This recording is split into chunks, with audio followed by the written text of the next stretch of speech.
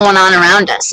There is this huge loss of understanding what it means to have a dignity or a value to being a human being. Wouldn't you agree?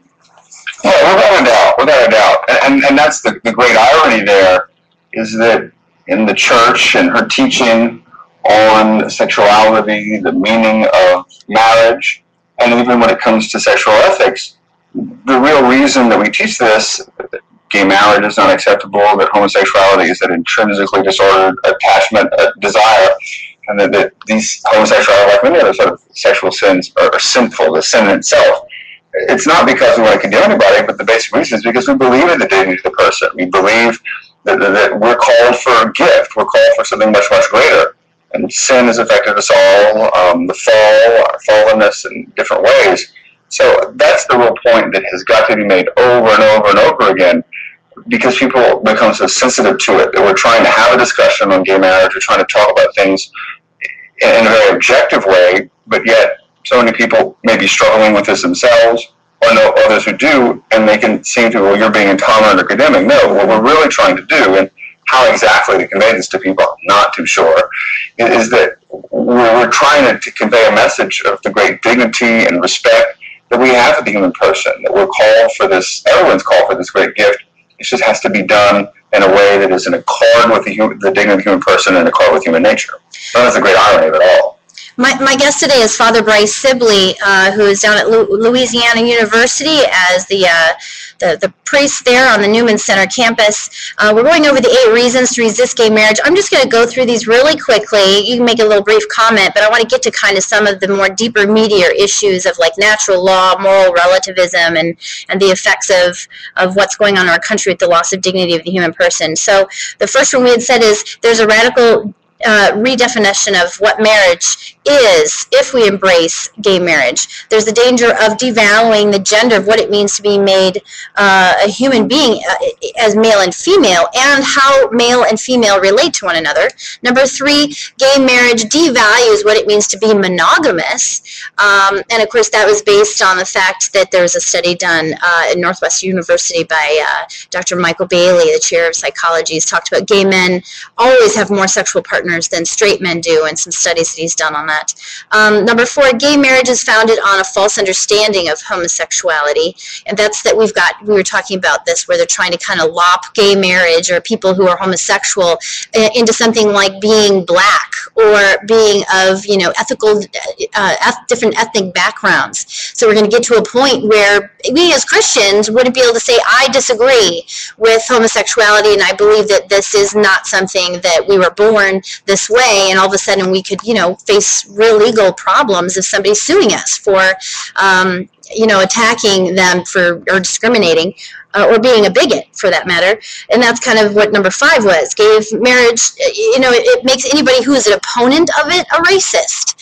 Number 6, gay marriage encountering and increasing homosexual behavior, and that's based on the fact that they're seeing that with homosexuality over the last 50 years, there's also been this huge media advocacy. I'll just say glee. Do I need to say any more? Gay marriage casts off also the last restraint between homosexual and marriage in our behavior. It used to be that this was not something that was just blatantly in your face, and we're kind of getting to a point where it's everywhere. Number 7, gay marriage opens the door to other types of marriage. It was my contention that, yes, we have religious freedoms in this country, but marriage being defined as a male and female, between a man and a woman, it's if we redefine that, then we're going to have things like polygamy going on, like these shows that we're seeing on TV, these polygamous marriages. And number 8, gay marriage unleashes a global legal nightmare. And again, that's just going to the fact that, we've already seen this kind of stuff with in vitro fertilization, where you've got somebody saying that they're the parent and someone else is the parent. You've got these poor little children being taken away from who they thought was their mom and dad, and all because we've stepped on the way things are supposed to be. And then we scratch our heads saying, why is everything messed up? So I think there's lots more reasons why we need to resist gay marriage. And I'm going to let Father, I really like it if we could just take a moment to talk about what moral relativism is and how that's clearly visible when we look at this whole premise of gay marriage. Well, I would take a broader look at this. Without a doubt, Pope Benedict spoke about, before he became Pope Benedict, the dictatorship of relativism, and how prevalent moral relativism is. But the problem of moral relativism, of not being able to acknowledge a certain moral truth as right or wrong, is founded in a much deeper problem, a much more philosophical problem, where belief, which has been prevalent in the world, whether people are aware of it or not, that the human mind does not have the ability to perceive beyond appearances of things. And all we really have access to empirical evidence, mathematical, scientific stuff. If we want to go deeper to what we call metaphysical, to deeper absolute truths, we simply don't have access to that. So in one sense, certain sections of people deny that, and certain other sections of people say, well, we've got to make it for our own self. If we can't really know what the truth is, we're going to have to sort of construct it, which is also an outreach of the scientific mentality. And so we have this approach because we really can't know the truth, we can't understand what's right and wrong, well, I've got to make morals for myself. Or morals get based in feelings and emotion. I think it's a lot of what's happening here with gay marriage, this sort of false sense of compassion that's crowding people over from really reasoning about it, even if they believe in the reason. But the roots are the same, is this inability for us to know the truth, and therefore we have to sort of generate meaning for ourselves. What's right for me is right for me, what's wrong for you is wrong for you. And on the flip side, when we look at sexuality, as I mentioned earlier, well, how can we really know what gender means? It doesn't really have any significance. Marriage is a social construct. It's something purely human. And so we're going to make it mean what we think it should mean. In reality, though, we believe when it comes to the moral law, when it comes to the human nature, and sort of their nexus in what we would call a natural law, that there's an objective reality beyond that, beyond what we perceive, what we think, or what we feel, our own categories, our own system. And it's our obligation to open our minds and open our hearts to that, to be able to understand it and to act in accord with it. And so when it comes to the morality of sexuality, you can have relativism, you can deny there's any sort of moral truth, but what is it really founded on? There's denial that there is a deeper meaning to sexuality, to masculinity and femininity, and that we need to be able to respect those differences and to be able to move forward.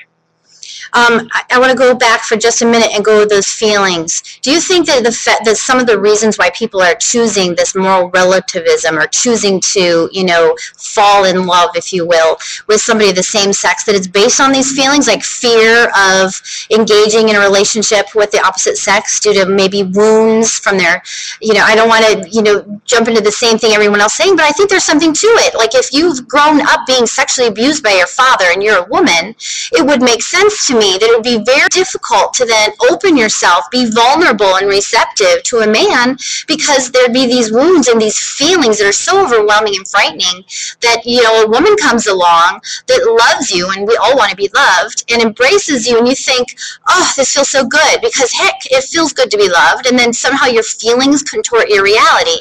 Is that what you mean by saying like feelings get in the way of our reasoning? Well, not necessarily, although the point you make can be elaborated some. We're getting to the discussion here, that's what you just said, of the genesis of homosexuality. And there's a big discussion, most people will say, who advocate gay marriage, that it is something genetic and that they can't choose it. Well, there have been a number of studies done that sort of disprove that. One of them that comes to our mind is they did a study on twins, on identical twins, and where one of the twins was a homosexual. Well, if it was something genetic, well, logic would dictate, I think science would dictate, that the other twin would also be homosexual. But they found that only in 30% of the cases that was the reality. So it really points to the genesis is probably something much deeper. From my own experience, which is a limited experience, I do often find that it comes with problems, usually in the relationship with the father, sometimes sexual abuse as a child. This is, again, why to discuss gay marriage and discuss these things are important, but we can't get past the necessity of focusing on the person. But a lot of the times, the individual may be really struggling with this. Maybe they're victims of abuse. Maybe they're victims of neglect. They're internally conflicted. And that to simply talk about the objective reality, as important as it is, of whether gay marriage is right or wrong, or whether homosexuality is objectively disordered or not, we can maybe potentially forget to really focus on the person and the person who needs to be ministered to, the person who needs to be loved. Well, what I was saying and referring to dealt with more of the moral problem as a whole. I don't know if you remember several years ago, there was this big debate about abortion in Brazil, I believe it was, where there was a young woman who was raped and the cardinal said that she shouldn't have an abortion, and it sparked a big firestorm. And there was a bishop, I believe, his name is Michael Schooyans, Schooyans, out of Belgium, I think Louvain, in fact, who wrote an essay called like A False Sense of Compassion. I forgot exactly what it was called. And this is one of those brilliant essays that I've read in a very, very long time. And if I would go back and teach my moral theology class, I would probably use this as almost an introductory essay to sort of look at what the core root of the problem we're facing today with a lot of these hot-button moral issues. John Paul II, 20 years ago, wrote Veritatis Splendor. We had the issue of, he didn't even really address moral relativism, but different sort of moral constructs that denied the autonomy of, denied the objective nature of truth in relation to conscience, denied a proper vision of freedom, proportionalism, these types of things.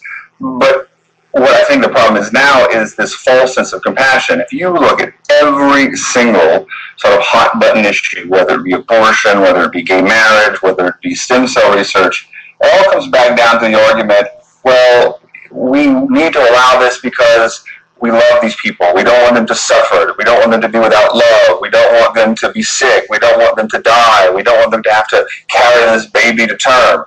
And it's all under the guise of compassion. So if you oppose it, well, you seem to be very, very intolerant. But we've got to say, well, what is true compassion? Is true compassion when you go to the doctor and the doctor, he knows you have cancer, he knows you're struggling with something that he doesn't tell you, or he tells you in a way that doesn't really lead you to do something about it, doesn't lead you to accepting the truth. That's a false compassion. And so that's what I sort of think where a lot of these feelings are governing our approach to it, but on a deeper level, as I was mentioning earlier, where instead of allowing our reason to guide our moral analysis, it's our feelings. I mean, how many times do you talk to somebody with, I feel this is the truth, or I feel that's the truth?